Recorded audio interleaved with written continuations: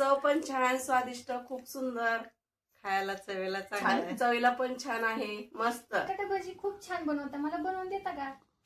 आता भात मग होतेच, तुला बटाटे भजी अशी कुणीच मागं घेऊन पुढे बी केली नसली असली तुला बटाटे भजी करून देते.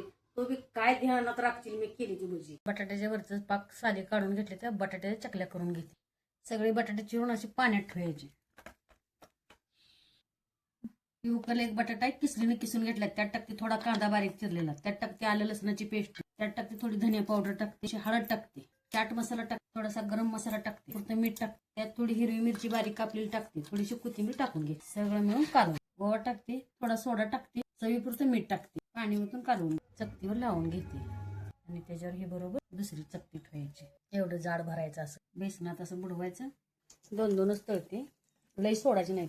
असं भजी लाल दिसली म्हणून काढायचं नाही, कारण ही भजी तळायला उशीर लागते. 4 मिनिटं तर ह्याला बारीक गॅसवर तळून घ्यायची. 3 ते 4 मिनिटं झाले मी टाकून आता काढून घेते. अशी केली ती ही बटाटे भजी. तुम्ही म्हणता बटाटे भजी लई लालसर दिसते ती, कारण लालच तळायची, आतलं सारण सगळं तळलं पाहिजे. आतले ही बाहेरच्या चकल्या बटाट्याच्या थोड्या जाड पातळ असते त्या, ती तळल्या पाहिजे. त्यासाठी तुम्ही सुद्धा काळजी घ्या आणि लय वाढलं तळा, लय असं म्हणजे पिवळट वाणाचं काढू नका, तर आतनं कच्चं. ही केली ती भजी खावा, श्वास बरं खावा, नाहीतर पुदिन्याच्या चटणीवर खावा.